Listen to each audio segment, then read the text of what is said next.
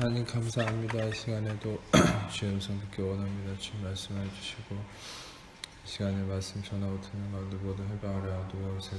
우리 안에 압박함과 완악함과 하나님 죄직하고 높아진 위로 마음과 느낌 없대 예수의 이름으로 파삭으로 떠나갈지어다. 성령님 하는 곳에 하나님 초청하고 모셔드리고 인자하고 이자하니 영광으로 임하시고 다스리시고 충만케 하시며 주의 나라에 임하여주시고 시간에서 이루어진것 땅에서 이루어지며 주께서 예비하신 학신령 안에 30배, 60배, 100배 차원 넘치는 가득하도록 전치하시고 역사해 주옵소서.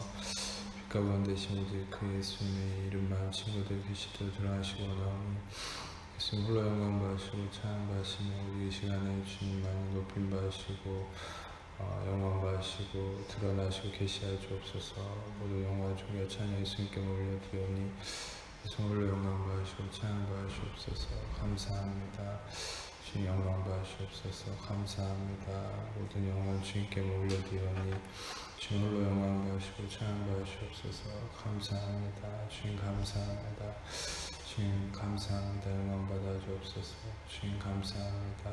모든 영광 주님께 올려드립니다. 감사합니다.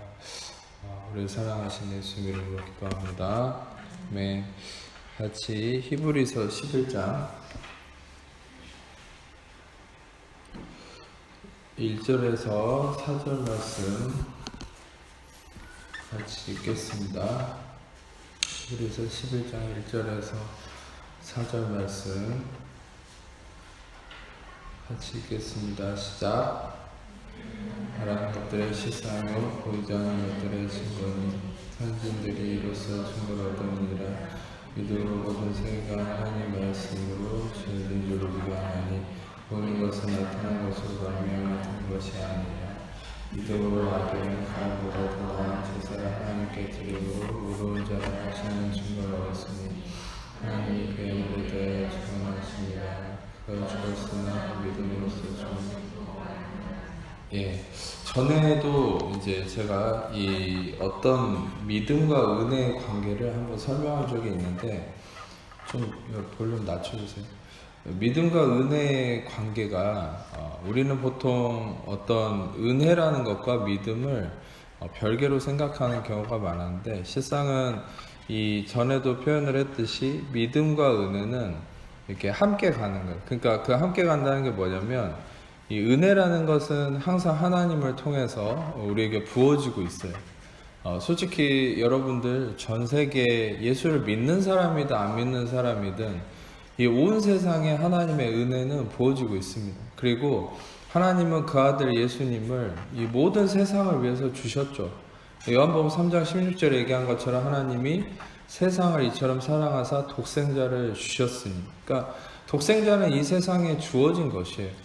그렇다 해서 제가 이 얘기를 하는 것은 뭐 누구에게나 다 구원이 있다라고 하는 다원주의적인 그런 의미를 얘기한 게 아니라 하나님께서 이 세상의 모든 자들을 위해서 구원을, 예수님을, 즉 은혜를 주시지만 그 태양빛 같은, 그러니까 이 태양도 전에 제가 피조물이기 때문에 비유가 불완전한 것이라고 했잖아요. 근데 불완전한 것이지만 굳이 비유를 하자면 마치 태양빛을 온 세상에 비추는 거랑 똑같죠.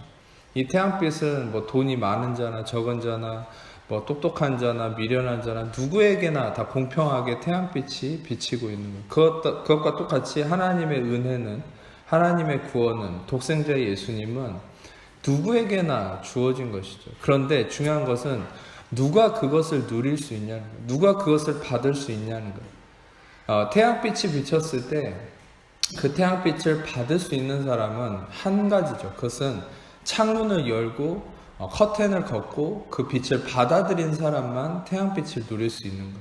누구에게나 태양빛은 비춰지지만 그것에 대해서 어떻게 반응하는가, 그것을 어떻게 받아들이는가가 누리냐 못 누리냐, 그 영향권 안에 있느냐 없느냐. 그래서 식물도 태양빛을 받으면 열매를 맺는 거고 못 받으면 시들어 죽는 거죠. 똑같습니다. 하나님의 은혜가 다시 말하면 무엇을 통해서 우리 안에 온전해지는 겁니까? 그 독생자 예수님과 구원이 무엇을 통해서 우리 안에서 그것이 열매 맺고 성취되는 겁니까? 그것은 믿음이라는 창문을 통해서 이루어지는 거예요. 다시 말하면 여러분, 은혜가 여러분 삶에 온전히 이루어지기 위해서는 믿음이 필요한 거죠. 믿음을 통해서 우리는 은혜와 구원과 예수님 그분 자체를 누릴 수 있는 거예요. 근데 이제 이 믿음이라는 부분에 대해서 우리는 많은 오해를 갖고 있는 것이죠. 왜냐하면 보통 우리는 잘못 알고 있는 게, 이 믿음은 나의 행위적인 어떤 정도와 행위적인 어떤 부분들이 나의 믿음의 척도가 된다고 생각을 많이 해왔습니다. 그러니까 우리의 믿음은 내가 무엇을 더 많이 하고 무엇을 하나님께 해드리고 내가 무엇을 이룬 업적을 우리는 보통 믿음이라고 생각을 해왔다는 것이죠. 그러나 그것은 믿음이 아니라 어떤 면에서는 좀 심하게 얘기하면 신념이라는 단어를 좀 바꿔서 쓸 수 있어요. 우리가 추구하는 어떤 신념, 우리 스스로가 믿고 추구하는 어떤 우리의 목적성, 소위 목적이 이끄는 삶이란 그런 신앙 서적도 있긴 하지만, 우리는 그 책에 대한 제목을 좀 제가 비평을 하자면, 우리는 나의 목적에 이끌려서 사는 삶이 아니라, 굳이 그 책을 제목을 재해석해서 말씀드리면 하나님의 목적에 이끌려서 사는 삶이 진정한 믿음인 것이죠. 그러니까 내가 주체가 돼서 나의 목적을 위해서 내가 뭔가를 이루어가는 그것이 믿음이 아니라는 거예요. 하나님의 목적에 이끌려가는, 하나님의 뜻에 이끌려가는 것이 진짜 믿음인데, 전에도 계속 설명했듯이 하나님의 목적이 무엇입니까? 항상 여러분에게 강조하지만 하나님이 여러분들을 향한 목적이 뭘까요? 여러분이 신앙을 잘 갖춰서 선교지 가는 거, 뭔가 돈 많이 벌어서 남 잘 도와주는 거, 그런 게 하나님의 목적일까요? 절대 그렇지 않습니다. 우리는 그래서 이제까지 교회에서 잘못된 이런 개념으로 잘못된 선교의식, 잘못된 신앙생활, 잘못된 목적의식을 가지고 살았어요. 그게 뭐냐면 우리는 내가 뭔가를 쌓아서 자꾸 하나님께 뭔가를 해드리는 게 믿음이고 진짜 하나님의 목적이라고 생각하는 거예요. 아니에요. 하나님의 목적은 정확하게 말씀드릴게요. 하나님의 목적은 구원이신, 은혜의 본질이신 구원이신 예수 그리스도가 여러분 안에서 온전케 되는 것. 그래서 구원이신 은혜이신 예수 그리스도가 여러분의 삶에 나타나고 드러나고 여러분이 온전히 예수님을 누리는 삶을 사는 것, 그 자체가 하나님의 목적입니다. 아멘. 그러니까 중요한 것은, 그러면은 우리는 누리고 그냥 거기에서 누리는 것이 목적이냐? 여러분 이걸 알아야 돼요. 여러분이 풍성하게 예수님을 누리면 누릴수록 우리는 노력하지 않아도, 그렇게 하려고 하지 않아도 예수님이 저절로 흘러가게 되어 있습니다. 여러분들이 진정으로 예수님의 은혜와 구원을 누린다면은 여러분들이 뭔가 목적의식을 갖지 않아도 여러분도 모르게 진정한 선교를 하게 되고 진정한 구제를 하게 되고 진정한 사역을 하게 되는 것. 근데 제가 좀 뼈가 담긴 말이지만 여러분들과 저는 어떤 면에서는 진정한 사역, 진정한 선교, 진정한 어떤 목회, 진정한 어떤 참된 것이 무엇인지를 몰랐던 거죠. 진짜 참되다라고 얘기하는 모든 것에는 바로 예수 그리스도가 중심이 돼야 돼요. 그래서 여러분들은 1차적으로 예수 그리스도를 누리는 것에 집중을 해야 되는데, 그게 왜입니까? 하나님의 목적이 거기 있는 거예요. 하나님은 여러분들이 하나님께서 값없이 주신 은혜이신 그 구원이신 예수 그리스도를 항상 누리기를 원하는 게 하나님의 가장 핵심적인 목적이라는 사실이에요. 아멘. 이 사실을 여러분 마음에 강하게 두셔야 돼요. 그래서 우리는, 제가 매번 이제 계속 전에도 얘기했지만, 내가 뭘 하려고 할수록 하나님은 멈춰 계시는 거예요. 근데 내가 안식할수록 하나님이 일하신다. 그것은 무엇을 의미하는 것입니까? 내가 안식한다는 것은 다시 말하면 하나님의 목적이 이루어지는 거예요. 그 목적이 뭐라 했죠? 여러분이 예수 그리스도를 누리는 거예요. 우리가 예수 그리스도를 누린다는 게 뭐냐면, 계속 얘기하듯이 예수님이 십자가에서 내가 고민하고 염려하고 내가 이루어야 될 모든 것들을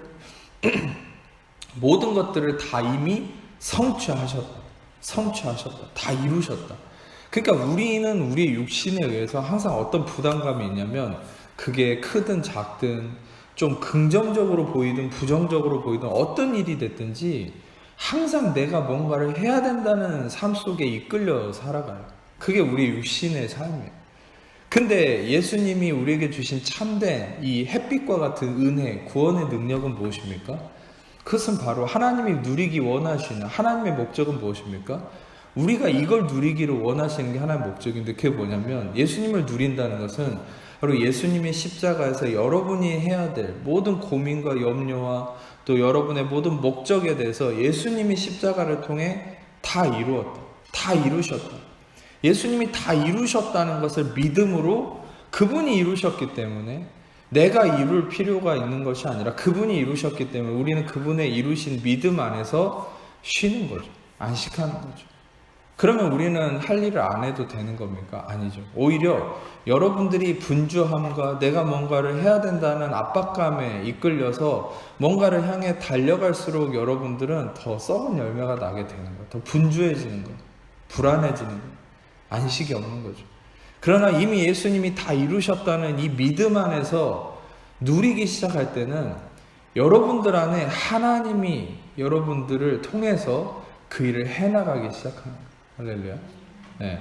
하나님이 해나가신다는 것은 뭐 좀 신비스럽게 막 나는 그냥 가만히 있으면서 막 접신하듯이 하나님이 나를 막 이렇게 로봇처럼 조종하는 그런 것이 하나님이 하시는 의미가 아니라, 여러분 제가 빌립보서 2장 말씀을 드리지 않았습니까? 하나님이 그 기쁘신 뜻을 위해서 우리의 마음에 소원을 두고 행하게 하신다. 그러니까 하나님께서 일하실 때 우리 안에 소원을 주시는데, 하나님의 소망과 하나님이 주시는 의욕과 열정이 언제 부어지는 거예요? 우리가 안식할 때. 우리는 가끔 하나님이 주시는 열정과 내가 품는 분주함에 속아서 이게 열정인 줄 착각하는 거예요. 많은 교인들이, 또 군교회도 그렇지만 민간교회도 많은 교인들이 열심히 사역을 해요. 정신없이 일주일 내내 교회를 왔다 갔다 하면서 성경 공부, 양육, 뭐 봉사, 구제, 오만 사역을 다 합니다. 오직 저기 오직까지 가면서 선교 활동도 하고, 뭐 해외 나가서 여러 가지 선교도 하고.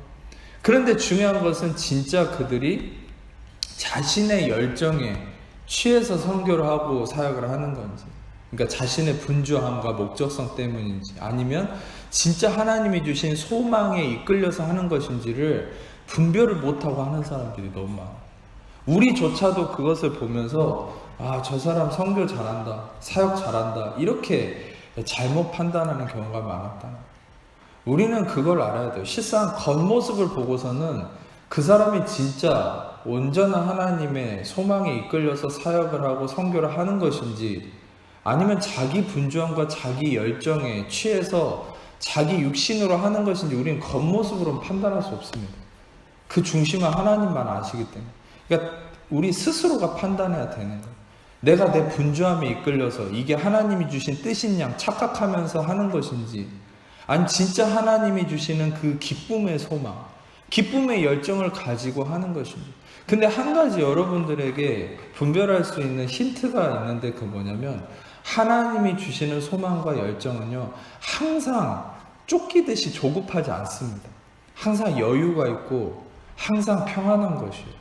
네. 이것이 여러분이 분별해야 되고, 여러분이 어떤 목적을 가지고 하나님께 기도하면서 그것을 위해 준비하고 나아갈 때는 항상 하나님이 일하시도록, 우리를 통해서 일하시도록 그분을 초청해야 되는데, 하나님이 우리를 통해 일하실 때는 예수님을 여러분이 복음서에서 보면 알 수 있듯이 한결같이 여유롭고 평안이 넘치는 그 모습.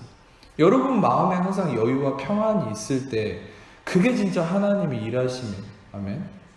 그런데 여러분들이 조급하고 뭔가 불안하다, 좀이라도 그런 게 있다면 멈춰야 되는 것이에요. 멈추지 않으면은 여러분들은 계속 그것 때문에 오히려 노예처럼 끌려가게 되는 거예요. 한두 번은 성공이 있을 수 있어요. 인간이라는 게 내가 열정을 가지고 내가 열심을 다해서 하면은 한두 번, 세 번, 심지어는 10번, 100번도 성공할 수 있어요.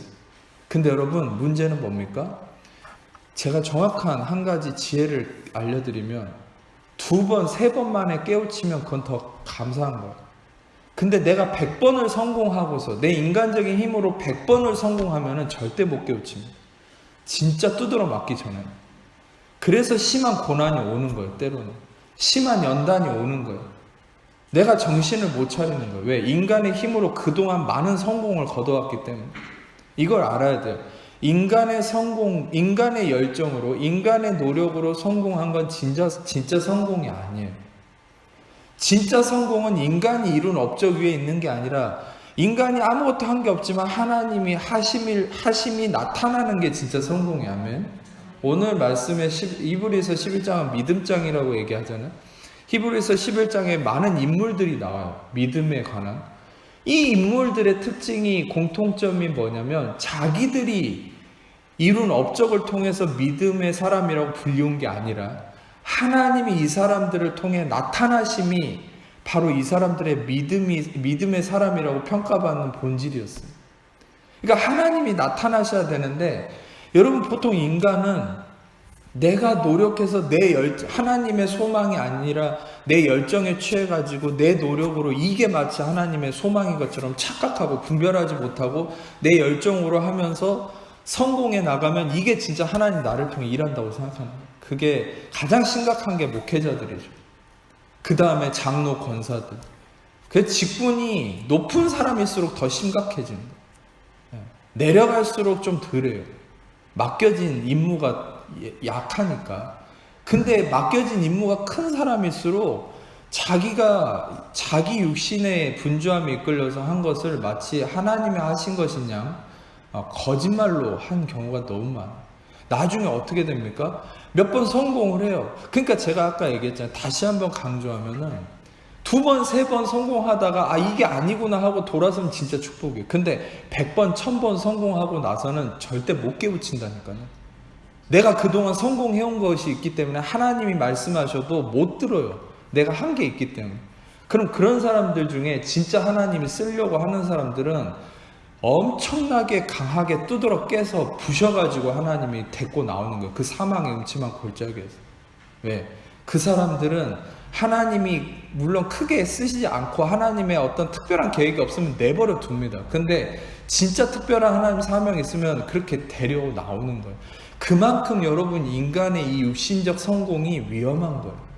그래서 미리 여러분들이 깨달아야 될 것은 이걸 알아야 돼요. 내가 보여지는 잘된 것 같은 거, 보여지는 인간적 성공을 우리는 따라가면 안 돼요. 보여지는 인간적 성취를 따라가면 안 돼요. 항상 우리는 결과를 보고 판단할 게 아니라 과정 중에서 내 마음속에 진짜 하나님이 주시는 평안함과 안식하심과 그분이 행하신다는 확신이 있느냐, 이걸 확인하면서 여러분이 일을 하셔야 돼요. 아멘. 이건 교회 일이든 여러분들이 집안일이든 다른 뭘 준비하든 뭘 하든 마찬가지죠. 항상 내가 그것을 이루냐 안 이루냐는 중요한 게 아닙니다. 방금 말씀드렸잖아요. 아무리 어려운 걸 이루었다 해도 그걸 내 힘으로 성취한다면 그건 진짜 성공이 아니에요. 성취했다 해도 그 다음부터는 그것 때문에 노예처럼 사는 거예요. 억만금을 벌어도 마찬가지, 높은 자리에 올라도 마찬가지. 그러나 여러분들이 뭘 이루고 안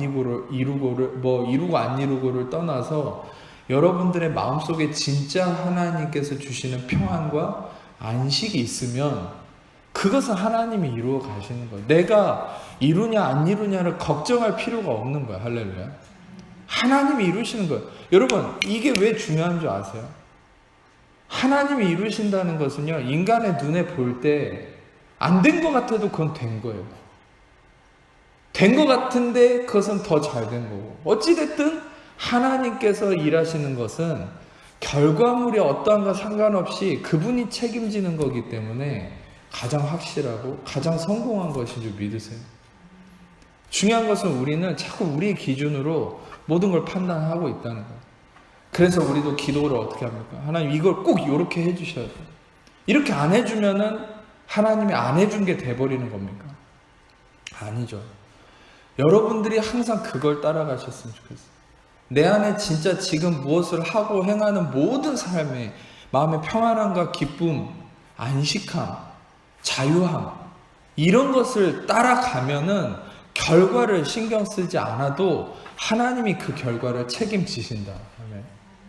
네, 그것이 여러분 개인이 준비하는 문제든 자녀 문제도 마찬가지, 가정의 문제도, 여러분 부부간에도 모든 게 마찬가지. 평안함을 따라갔을 때는 그 하나님이 일하시는 것이기 때문에 안식함 속에서 그분이 성취하시는 것은 어떤 결론이 됐든지 하나님이 책임지시는 부분이기 때문에 여러분들은 그냥 끝까지 안식할 수 있는 거예요. 그게 뭐 내가 의도했던 것이든 의도하지 않았던 것이든 무엇이 됐든지 여러분들은 가장 최선의 것을 받게 되는 거예요. 그래서 제일 중요한 게 뭐예요? 하나님의 목적이 이루어지는, 그것은 여러분 안에 안식함을 누리는 거죠. 평안함을 누리는 거죠. 자유함을 누리는 거죠. 제가 전에도 말씀드렸듯이 여러분과 안식함과 자유함을 누리는 것은 일을 하지 않고 가만히 누워서 노는 것을 의미하는 게 아니라, 놀면서도 불안해할 수 있다고 했잖아요. 근데 일을 하면서도 평안함과 안식 속에 할 수 있어요. 그러니까 여러분들 중요한 건 마음이 중요한 거예요. 우리 마음에 진정한 안식과 평안함이 있어야 돼요. 근데 여러분, 다시 한번 얘기하면 우리에게 진정한 평안과 안식이 언제 이루어지는 겁니까?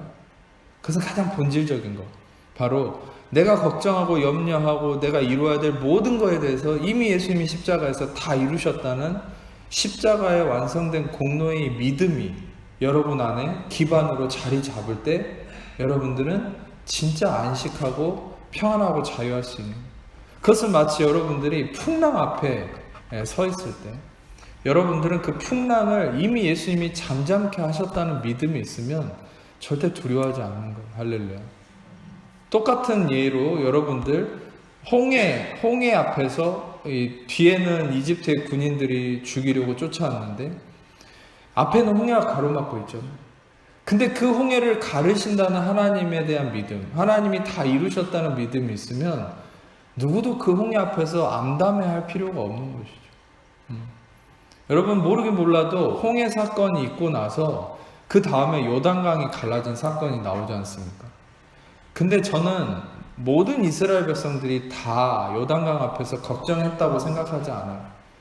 어떤 부류는 홍해가 갈라지는 기적을 경험했고 그것을 통해서 믿음이 형성됐기 때문에 그 하나님에 대한 신뢰감으로 인해서 요단강 앞에서 많은 사람들 중에 또 일부는 안식했을 거예요. 홍해를 가르신 주님께서 이 요단강도 가르지 않겠느냐. 여러분, 중요한 것은 무엇입니까? 예수님께서 십자가를 통해서 다 이루셨기 때문에 여러분들의 삶에 일어나는 모든 문제는 이루어지지 않을, 해결되지 않을 문제가 없는 것이에요. 아멘.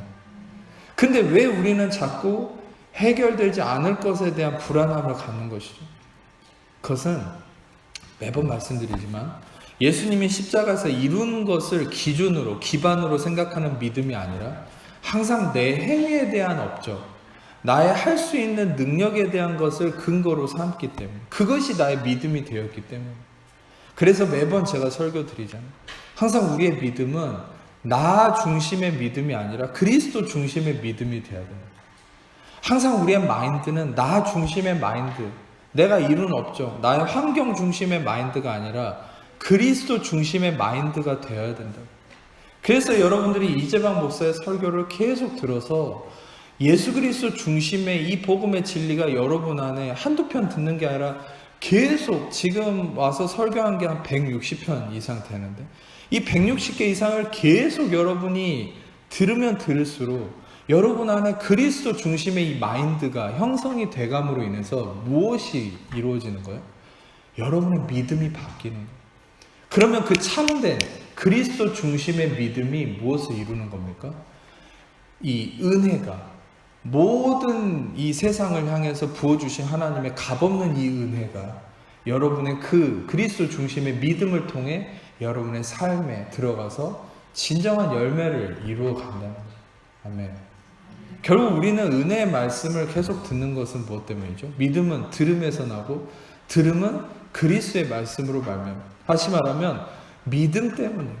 그러나 아까도 얘기했듯이 이 믿음을 우리의 행위적 척도로 믿음을 생각하면 안 되고, 여러분들은 이 믿음이 무엇이라고 생각해야 되냐면 마음의 변화예요.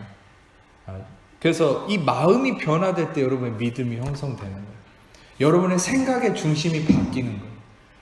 제일 핵심적인 것은 생각의 중심이 내가 아니라, 환경이 아니라 그리스도가 십자가에서 이루신 것이 여러분의 생각의 중심이 될수록 여러분들은 그것의 변화와 함께 믿음의 이 성장이 정비례해 가는 거예요. 그러니까 그리스도 중심의 마음이 이루어질수록 믿음이 성장한 다음에 여러분이 믿음이 있냐 없냐, 심지어는 그렇게 따지면 목사도 믿음이 없는 목사가 많아요. 오히려 일개 성도가, 집사도 아니고 일개 성도가 오히려 더 목사보다 믿음이 좋을 수도 있어요. 목사가 지식을 많이 가지고 있다 해서 믿음이 좋은 게 아니에요. 절대로. 그래서 목사라 해서 대단하게 여기지 마세요.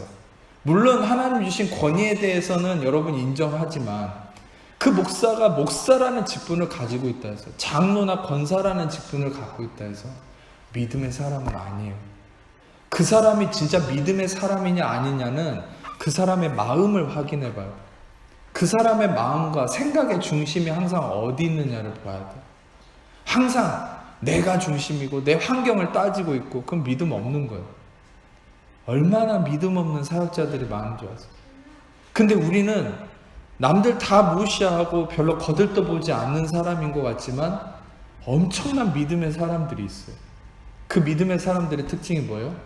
항상 그리스도가 십자가에서 이루신 걸 기준으로 생각하는 거예요. 이 믿음이 있기를 축복합니다. 복음의 말씀을 통해 여러분 안에 이 믿음이 형성되기를 축복합니다. 항상 예수 그리스도가 내 모든 생각의 중심이 되는 거예요. 그러니까 우리는 항상 이 싸움인 거예요.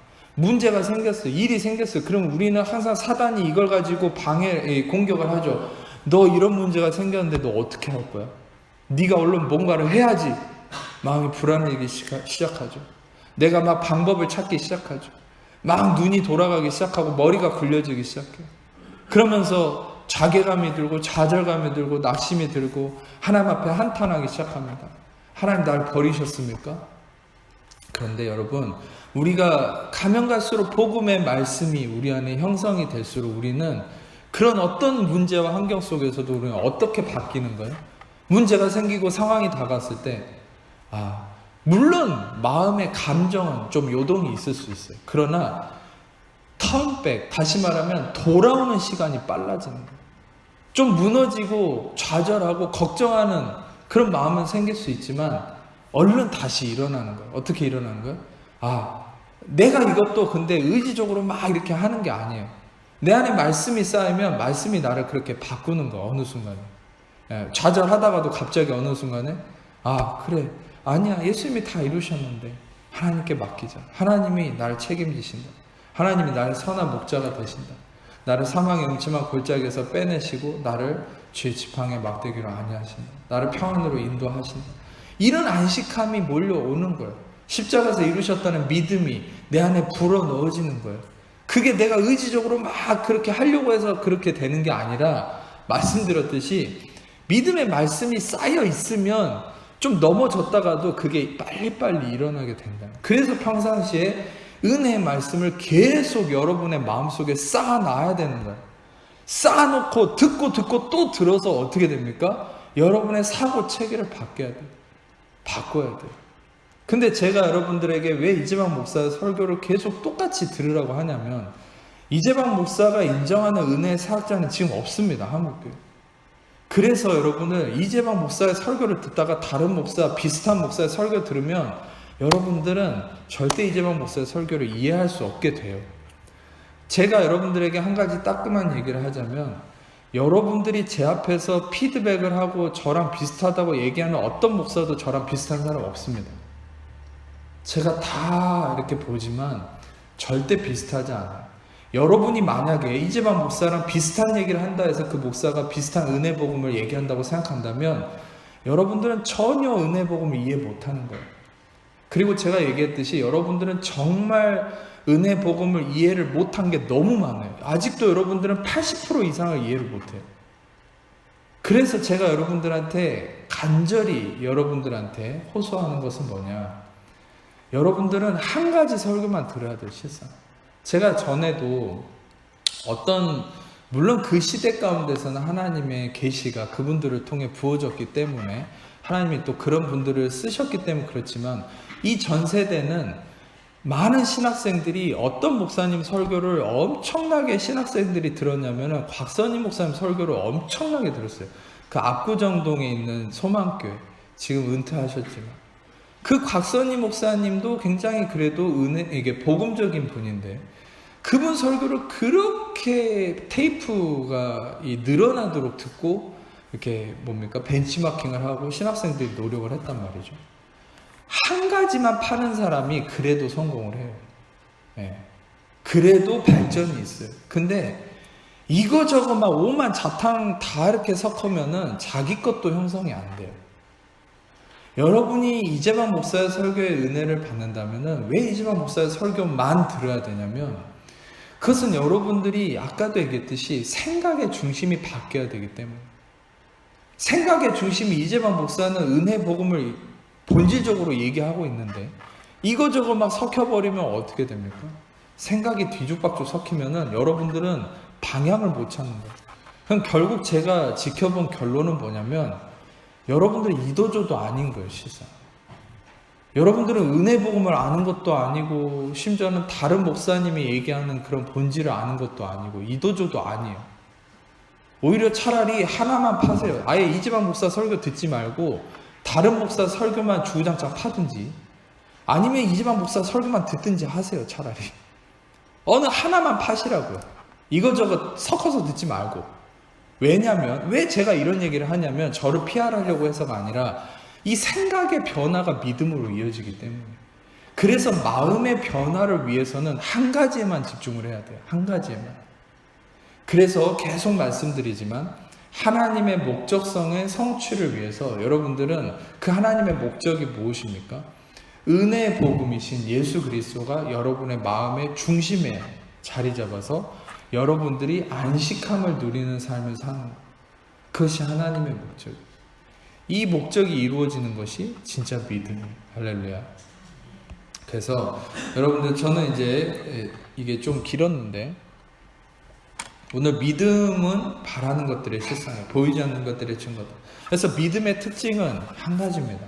보이지 않는 것이죠.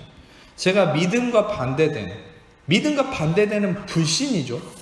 근데 이제 믿음과 반대되는 건 불신인데, 불신을 한마디로 표현하면 육신의 행위, 즉 율법이라고 표현할 수 있어요. 히브리서 12장을 좀 보여주세요.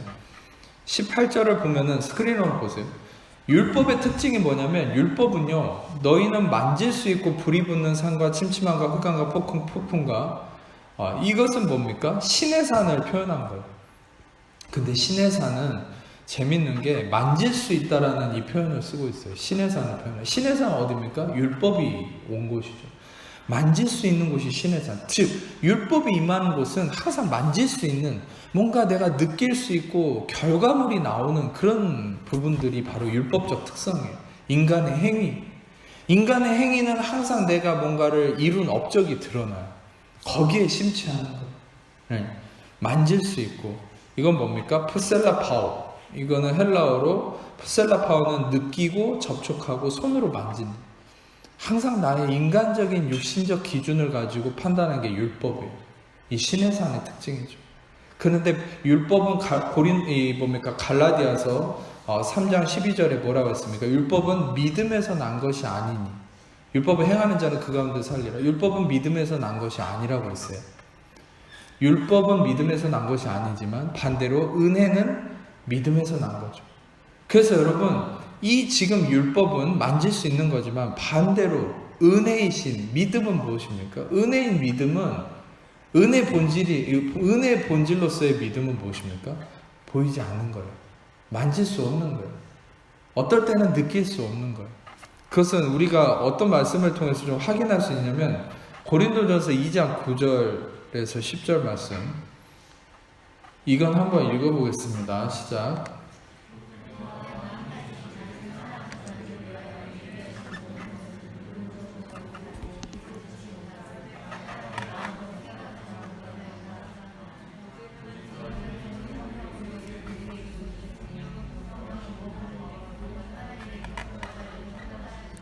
이 본질적으로 우리가 눈으로 보지 못하고 귀로 듣지 못하고 마음으로 생각하지도 못한 그 본질은 뭐냐? 예수님을 얘기하는 거예요.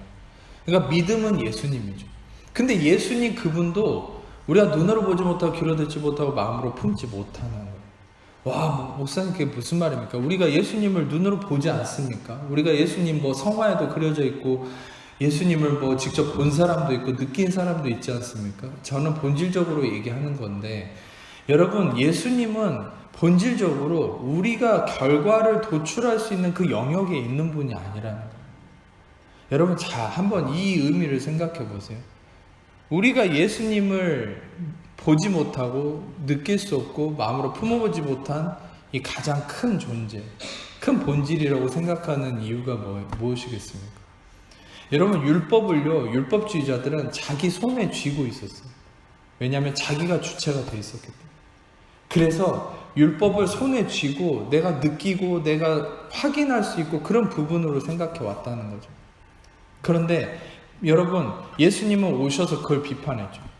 오히려 율법에 사로잡혀서 율법을 손에 쥐고 우리가 의를 이루려고 한 게 아니라 율법이 이루고자 하는 목적대로 너희는 실패자임을 깨닫고 진정한 의이신 예수님을 구해야 된다라고 하는 하나님 나라의 목적성을 예수님이 얘기하시면서, 여러분, 중요한 것은 우리는 그 예수님의 말씀을 통해 무엇을 깨달아야 되냐면, 우리도 예수님을 어떤 면에서는 손에 쥐고 있었던 육신적 개념이 있었기 때문에 우리가 자꾸 믿음을 뭐라고 생각하는 겁니까? 자꾸 믿음을 내가 느끼고 내가 만지고 내가 뭔가 이룬 업적이 드러나는 걸 믿음이라고 생각했다는 거예요. 여러분, 반대입니다. 예수님이 우리를 사로잡아서 이끌어가고 계시기 때문에 우리가 이끌려가는 삶이기 때문에 우리 눈에 보이지 않는 거예요. 여러분, 반대로 우리가 예수님을 손에 쥐고 끌어가면은 우리 손에 느껴지고 보이겠죠. 근데 그 반대로 예수님이 그 손에 우리를 붙잡고 끌고 가고 있기 때문에 우리는 볼 수 없는 거예요.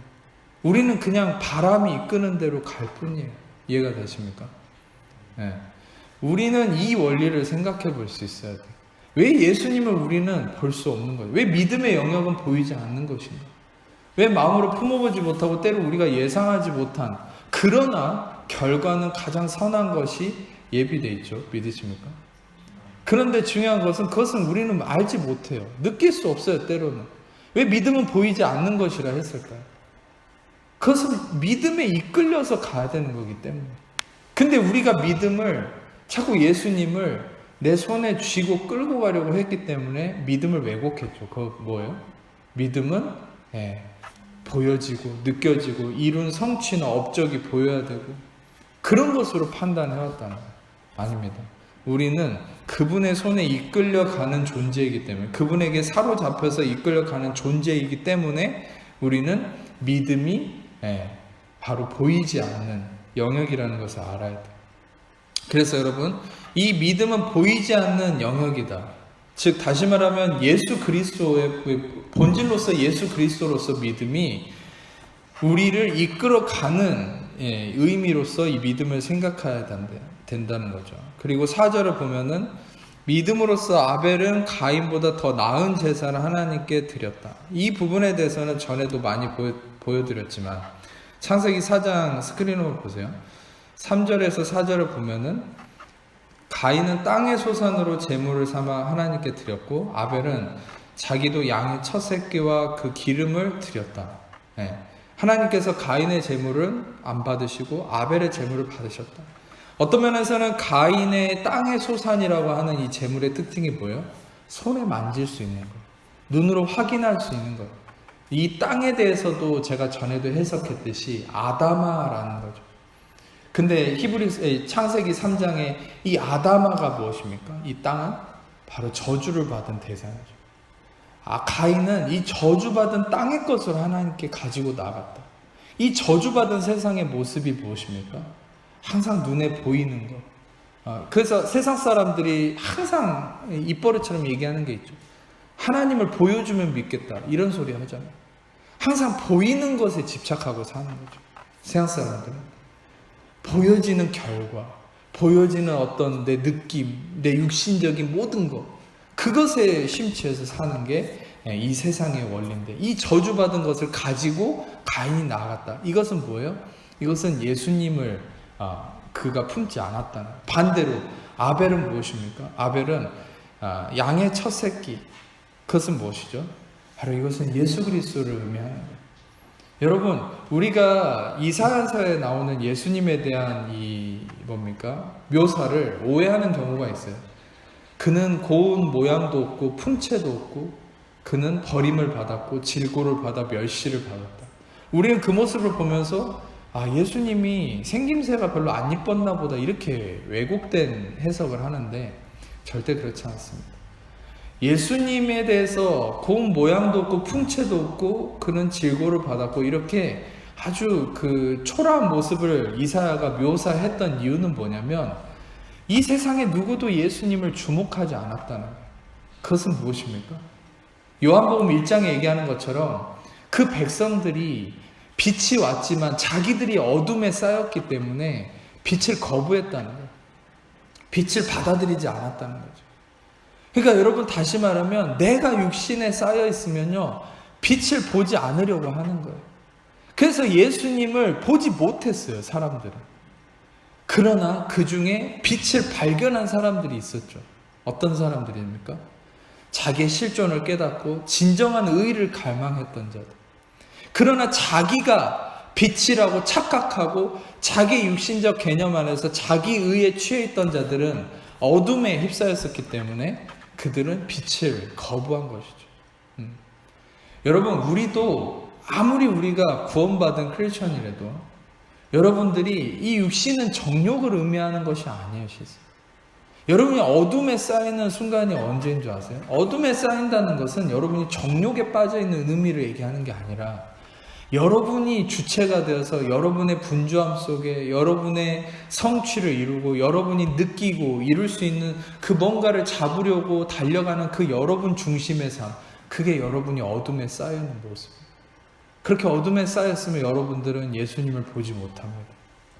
빛을 보지 못하는 거예요. 좀 더 얘기하면 빛을 보지 못한다는 의미와 더불어서 빛을 거부한다는 의미도 되는 거예요.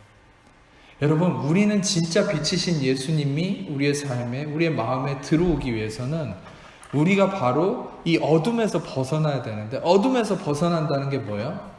바로 나의 의가 아닌 그리스도의 의라는 이 빛 가운데로 들어가는 거죠. 할렐루야. 아멘? 나의 의가 아닌 그리스도의 의가 여러분의 중심이 되는 거죠. 이 빛 가운데로 들어가는 거죠. 자, 그래서 여러분들 이 그리스도 중심의 이 믿음이 여러분들의 마음에 빛을 형성해서 여러분들 빛 대신 예수님과 연합되는 거예요. 근데 여러분들이 아무리 구원받았어도 여전히 내 중심의 삶으로 갈라디아 교인처럼 돌아가면은 어둠에 쌓이는 순간 여러분들은 빛을 거부하게 되는 거예요. 예수님과 떨어지는 거예요. 갈라디아서 5장 4절의 말씀처럼 율법의 행위로 의롭다 하면 얻으리 하면 그리스도에게서 끊어지고 은혜에서 떨어진다. 이 말씀대로 되는 거죠. 아벨처럼 바로 보이지 않지만, 바로 어떤 면에서는 화려하지 않지만 하나님의 목적인 예수 그리스도라는 이 진리를 내 모든 것의 중심으로 삼을 때 보여지는, 내가 만질 수 있는 나의 어떤 의가 드러나는 그런 중심적 의미의 가인의 땅 소산물이 아니라, 내가 때로는 배제되고 내가 아니라 그리스도 중심의, 그리스도가 모든 의가 되심의 이 핵심의 본질을 가지고 하나님께 나아가는 이 아벨의 제사만이 하나님께 올려졌다. 그것은 바로 예수님만이 여러분 하나님께 인정을 받는다. 여러분, 만약에 제가 여러분들한테 이런 얘기를 할 때 여러분들의 반응을 가지고 여러분의 상태를 체킹할 수 있습니다. 예를 들어서 여러분들이 무슨 훌륭한 일을 해도 여러분들은 하나님께 절대 인정받을 수 없습니다. 그런데 여러분들의 무엇을 하고 안 하고를 떠나서 여러분들 안에 계신 예수님으로만 하나님은 그것을 영광 받으시고 하나님은 그 예수님만 보십니다. 그래서 당신의 행위나 업적이 아무리 없어도 여러분들이 예수님만을 당신의 의로 삼고 하나님께 나아간다면 하나님 그것을 가장 기뻐하십니다. 이 말을 했을 때 만약에 마음에 씁쓸함이 느껴진다면 여러분들은 자기 의에 굉장히 강하게 묶여있는 거예요. 회개하셔야 돼요. 근데 여러분들이 만약에 이 말을 들었는데 마음에 시원함과 기쁨이 있다면 당신은 진짜 그리스도의 의가 중심이 되는 거죠. 우리는 내가 아무리 무언가를 할지라도 내가 한 것이 하나님께 받아들여질 수 없다는 걸 인정하셔야 돼요. 아멘. 인정 안 하시나 보네. 인정하셔야 됩니다. 여러분, 그런데 만약에 여러분들이 하나님께서 어떤 기준으로 여러분을 받으시느냐, 여러분의 뭔가를 하고 안 하고가 중요한 게 아니라 여러분이 솔직히 아무것도 한 게 없어도 그리스도만이 나의 의가 되심을 내 마음의 중심으로 삼고, 내가 아무리 부족해도 그리스도가 나의 의가 되시고 그리스도로 인해서 내가 의인이라는 이 확신을 가지고 나아간다면 그것을 통해서 하나님은 여러분을 기뻐하시고 축복하십니다. 아멘. 열매가 있어요. 심지어 삶에 허물이 있고 부족함이 있어도 그런 사람 열매가 있어요. 행위적으로는 연약함이 있을 수 있어요. 그런데 그런 연약한 자가 그리스도만을 나의 의로 삼았을 때 하나님 진짜 그런 사람 축복해버려요. 근데 반대로 행위적으로 완벽한데 내 의로, 내 중심으로 사는 사람은 축복이 없어요. 하나님이 함께 하실 수 없어요. 그런 사람은. 하나님은 그리스도 중심의 그 마음을 가진 자들을 통해서 일하십니다. 아멘. 그래서 여러분들이 알아야 될 것은 이 방금 얘기했던 이 아벨의 제사는 무엇입니까? 그리스도 중심의 마음인 것이죠. 자, 이제 말씀을 마무리할 텐데 로마서 4장 3절에서 5절을 보면은 이건 좀 같이 읽어보겠습니다. 시작.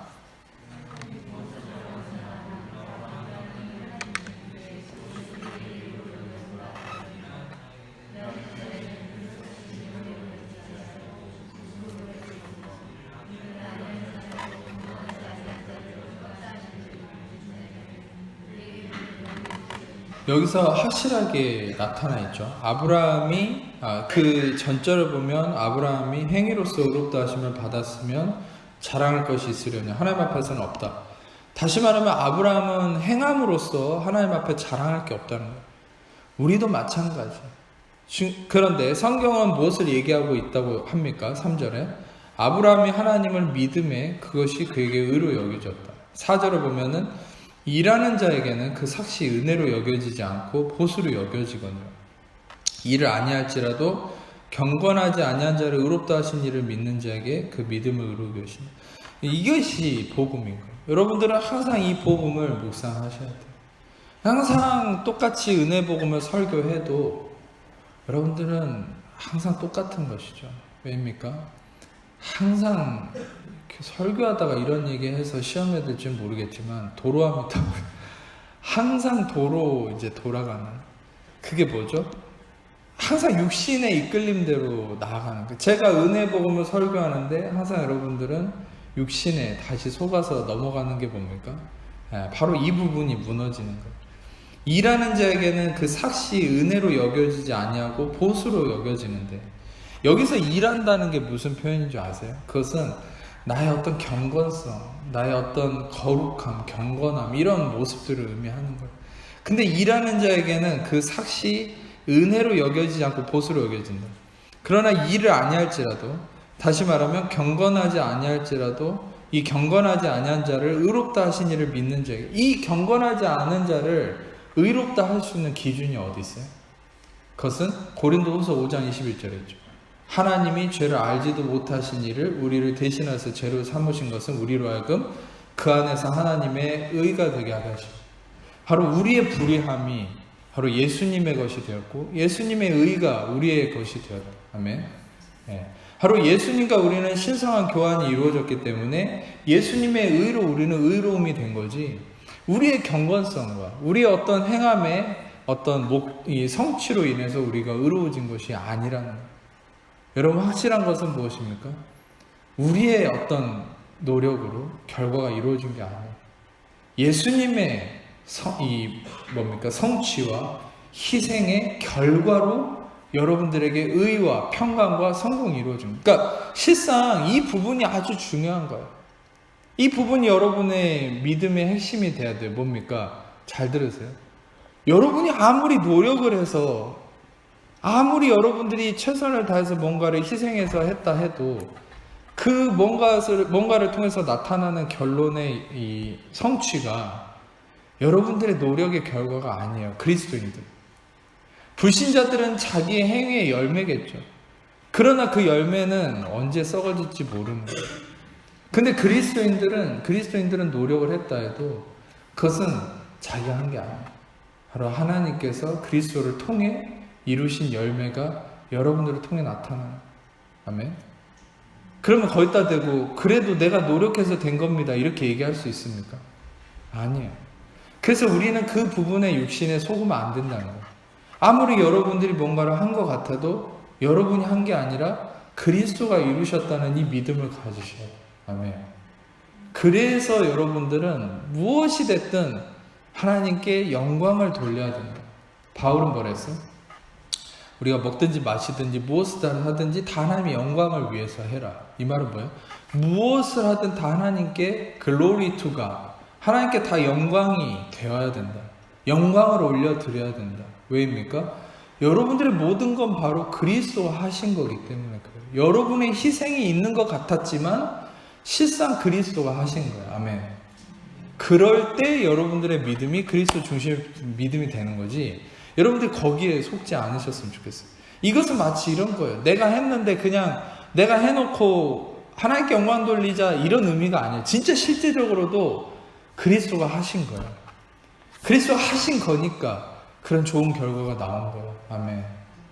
아직은 열매가 있지 않은 곳은 어떤 곳입니까?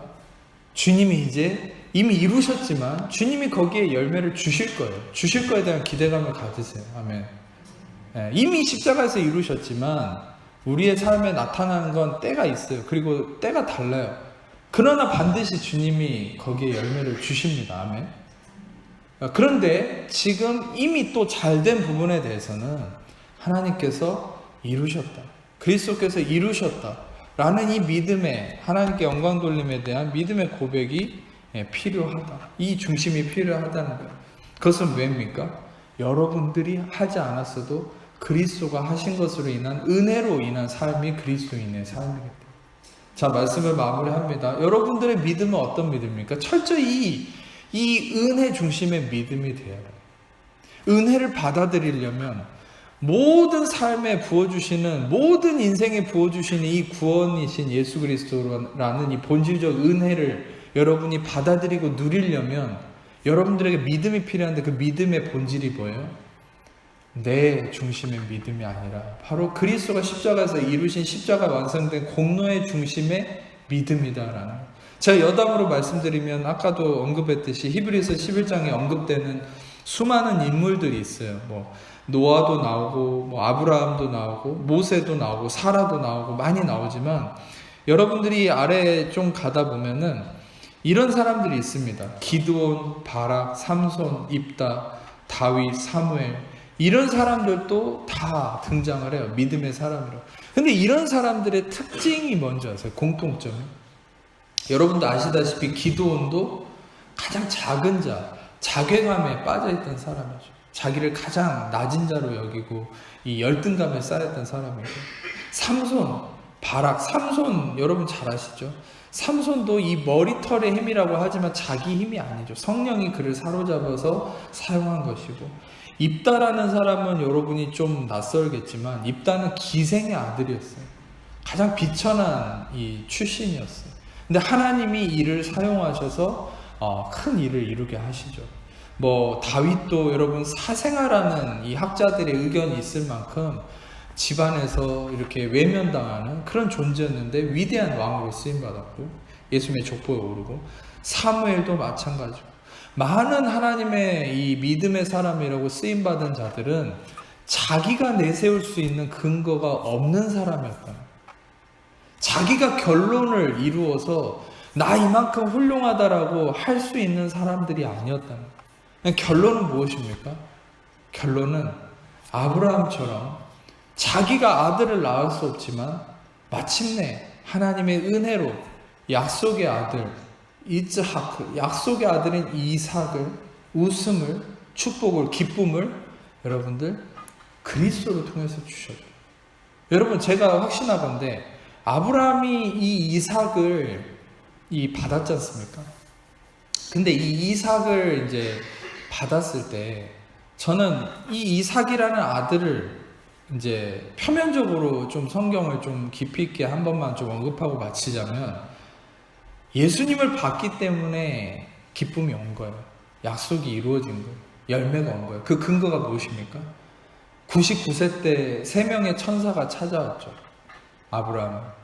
그래서 내년 이맘때 아들이 있을 거다. 자식을 낳을 거다. 이런 예언을 해주잖아요. 근데 그 천사의 가운데 있던 존재가 바로 예수님이에요.